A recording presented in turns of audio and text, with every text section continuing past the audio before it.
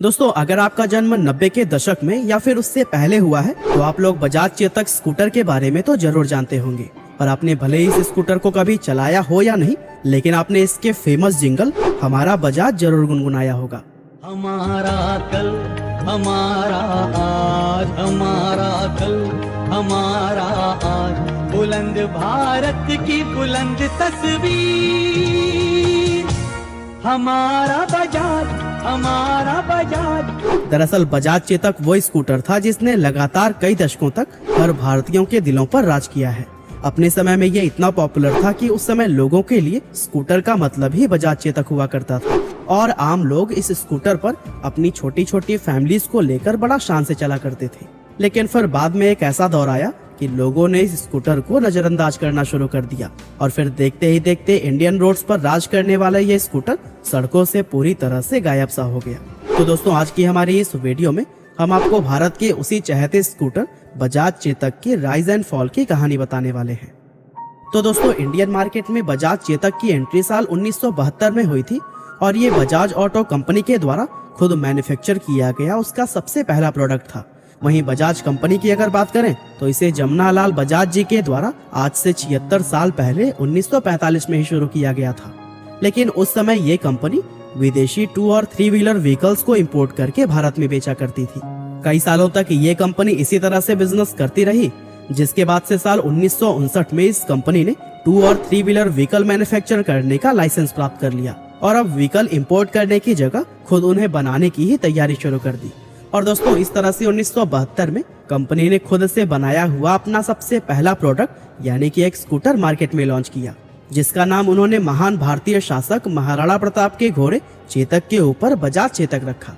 और दोस्तों, बहुत से लोगों को यह मालूम नहीं है, लेकिन ये स्कूटर असल में इटालियन कंपनी पियागियो के वेस्पा स्प्रिंट स्कूटर पर बेस्ड था। जहां इसके फीचर्स की अगर बात करें तो इसका शुरुआती मॉडल 145 सीसी के 2 स्ट्रोक इंजन के साथ में आता था, जिसे कि कंपनी के द्वारा साल 2002 में अपग्रेड करके 4 स्ट्रोक इंजन कर दिया गया था। ट्रांसमिशन के नाम पर इस स्कूटर में 4 स्पीड गियर्स भी दिए गए थे। साथ ही इसकी टॉप स्पीड 90 किलोमीटर प्रति घंटा और माइलेज 62 किलोमीटर प्रति लीटर हुआ करता था। अब दोस्तों, जिस समय बजाज चेतक को मार्केट में लॉन्च किया गया था तब इंडियन मार्केट में 2 व्हीलर के रूप में सिर्फ राजदूत और बुलेट जैसी महंगी बाइक्स ही मिला करती थी, जिन्हें खरीद पाना मिडिल क्लास लोगों के लिए बेहद मुश्किल था। और उस समय अगर किसी मिडिल क्लास व्यक्ति को वाहन की जरूरत भी होती थी तो महंगा होने के चलते वो चाहकर भी किसी व्हीकल को नहीं खरीद पाता था। इसीलिए ज्यादातर आम लोग साइकिल से ही अपना काम किया करते थे। इसके अलावा उस टाइम पब्लिक ट्रांसपोर्टेशन भी बहुत कम हुआ करता था, जिसके चलते आम मिडिल क्लास लोगों को छोटे मोटे सफर करने में भी बहुत सारी परेशानियों का सामना करना पड़ता। और यही वजह थी कि भारत में लोगों को एक ऐसे वाहन की जरूरत महसूस होने लगी थी जिसे उसकी सस्ती कीमत के चलते हर आदमी खरीद सके। और लोगों की इसी जरूरत को पूरा करने के लिए ही बजाज चेतक को मार्केट में उतारा गया था। उस समय भारत में सड़कों की हालत तो बहुत ही ज्यादा खराब थी और ज्यादातर छोटे कस्बों व गाँव में कच्चे रास्ते ही बने होते थे। ऐसे में बजाज कंपनी ने अपने इस स्कूटर को खास तौर से उन खराब भारतीय सड़कों के लिए ही डिजाइन किया हुआ था, जिसके चलते ये स्कूटर उन कच्चे रास्तों पर भी बिना किसी परेशानी के मस्त होकर चलता था। और इतना ही नहीं, सस्ता होने के साथ ही बजाज चेतक के मेंटेनेंस का खर्चा भी काफी कम था, जो कि इसे लोगों के लिए और भी ज्यादा अफोर्डेबल बना देता था। और दोस्तों, अपने इन्हीं सभी खूबियों के चलते बजाज चेतक मार्केट में लॉन्च होते ही सुपरहिट हो गया। दोस्तों, बजाज चेतक इतना सक्सेसफुल इसलिए हुआ था क्योंकि इसने लोगों का फंडामेंटल प्रॉब्लम सॉल्व किया। अब लोगों के बीच बजाज चेतक की डिमांड आसमान छूने लगी थी और उस टाइम देश में कोई शहर, कोई गांव, यहाँ तक कि कोई मोहल्ला भी ऐसा नहीं था जहाँ चेतक ने अपनी दस्तक ना दी हो। ये मिडिल क्लास लोगों के लिए उनका सिंबल ऑफ स्टेटस बन गया था, जहाँ एक छोटा सा परिवार आराम से इस पर सफर कर सकता था। यहाँ तक कि बहुत से लोग तो इस पर अपने परिवार के 4 से 5 लोगों को भी एक साथ लेकर निकल जाया करते थे, जिन्हें कि आप में से काफी सारे लोगों ने सड़क पर खुद अपनी आंखों से देखा होगा। दोस्तों, मार्केट में आते ही बजाज चेतक की सेल्स इतनी तेजी से ऊपर गई कि बुकिंग कराने के बाद से डिलीवरी लेने के लिए लोगों को कई महीनों तक का इंतजार करना पड़ता था। एक तरह से देखें तो इंडियन मार्केट में इस स्कूटर की एक मोनोपोली हो गई थी। लोगों को मार्केट में बजाज चेतक के अलावा स्कूटर का कोई दूसरा ऑप्शन नजर ही नहीं आता था।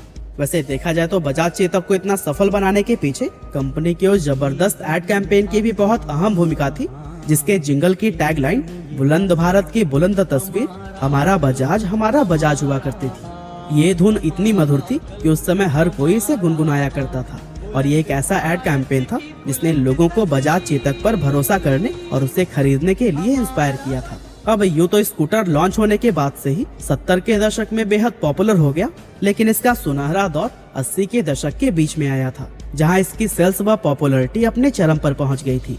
ये वो समय था जब बजाज चेतक सेल्स के मामले में अपने ही रिकॉर्ड को तोड़ा जा रहा था। और आपको जानकर बेहद आश्चर्य होगा कि एक समय इसका वेटिंग पीरियड 10 साल पहुंच गया था, यानी कि इस स्कूटर को बुक करने के बाद से डिलीवरी लेने के लिए लोगों को 10-10 साल का इंतजार करना पड़ता। और दोस्तों, ऐसा होने का एक बहुत बड़ा रीजन यह था कि उस समय लोगों ने इस स्कूटर को शादियों के दौरान दहेज में देना शुरू कर दिया था। और दोस्तों, कहते हैं कि इसकी डिलीवरी लेट होने पर लोगों को शादी की डेट तक आगे बढ़ानी पड़ जाती थी। बजाज चेतक के इस बेहद लंबे वेटिंग पीरियड की वजह से इसकी ब्लैक मार्केटिंग भी बहुत ज्यादा बढ़ गई और बहुत से लोग इसकी बढ़ती हुई डिमांड का फायदा उठाकर इस स्कूटर को डबल व ट्रिपल कीमत पर ब्लैक में बेचने लगे थे। लोगों के बीच में इस स्कूटर को लेकर ऐसी दीवानगी थी कि नया तो दूर, ये किसी को सेकेंड हैंड भी आसानी से नहीं मिलता था। अब दोस्तों, बजाज चेतक को टक्कर देने के लिए दूसरी कंपनियों ने अपनी सस्ती मोटरसाइकिल भी मार्केट में उतारी, जिसमें यामाहा RX 100 और हीरो होंडा CD 100 जैसी फेमस बाइक्स का नाम शामिल था। अब यूँ तो यह बाइक्स भी अपने समय में काफी ज्यादा कामयाब और पॉपुलर रही, लेकिन इनके मार्केट में आने से बजाज चेतक की सेल्स पर कोई खास फर्क नहीं पड़ा, क्योंकि उन बाइक्स के साथ में कॉम्पिटिट करने के लिए बजाज ने साल 1984 में जापानीज कंपनी कावासाकी के साथ हाथ मिलाकर इंडियन मार्केट में अपनी खुद की बाइक्स जैसे बजाज कावासाकी KB 100 और KB 125 को लॉन्च कर दिया था। और दोस्तों, इस तरह एक तरफ बजाज कंपनी का बाइक्स के सेगमेंट में मुकाबला चल रहा था और दूसरी तरफ वो अपने बजाज चेतक स्कूटर का भी बढ़ चढ़कर प्रमोशन कर रही थी। अब बजाज चेतक के लिए तो 90s के मिड तक सब कुछ ठीक चलता रहा था, लेकिन उसके बाद से परिस्थितियां दरअसल उस समय मार्केट में कंपटीशन बहुत ज्यादा बढ़ गया था और एक तरफ LML कंपनी के वेस्पा PX और LML सेलेक्ट जैसे स्कूटर्स उसे मार्केट में कड़ी टक्कर दे रहे थे, वहीं दूसरी तरफ नई टेक्नोलॉजी से बनी होंडा एक्टिवा जैसे 2 व्हीलर मार्केट में लॉन्च किए जा रहे थे। इसके बाद से जैसे जैसे समय बीतता गया वैसे ही वैसे लोगों का इंटरेस्ट इस स्कूटर से कम होता चला गया और अब लोगों को नई टेक्नोलॉजी से बनी वो बाइक्स ज्यादा पसंद आने लगी थी, जो कि कीमत में सस्ती होने के साथ ही परफॉर्मेंस के मामले में भी बेहतरीन थी। अब दोस्तों, बजाज कंपनी ने जब देखा कि लोगों का इंटरेस्ट स्कूटर से ज्यादा बाइक्स की तरफ शिफ्ट हो गया है, तो फिर उन्होंने भी अपना ध्यान चेतक से हटाकर नई बाइक्स की मैन्युफैक्चरिंग पर लगा दिया। इसके बाद साल 2002 में कंपनी ने बजाज चेतक को 4 स्ट्रोक इंजन के साथ मार्केट में पेश करके इसकी सेल्स को बूस्ट करने की आखिरी कोशिश की, लेकिन ऐसा करने पर भी बिक्री में कोई खास बदलाव नहीं देखने को मिला, जिसके चलते कंपनी ने साल 2006 में बजाज चेतक के प्रोडक्शन को हमेशा के लिए बंद कर दिया। और दोस्तों, इस तरह एक लंबे समय तक हर भारतीय के दिलों पर राज करने वाला ये स्कूटर इंडियन रोड से पूरी तरह से गायब सा हो गया।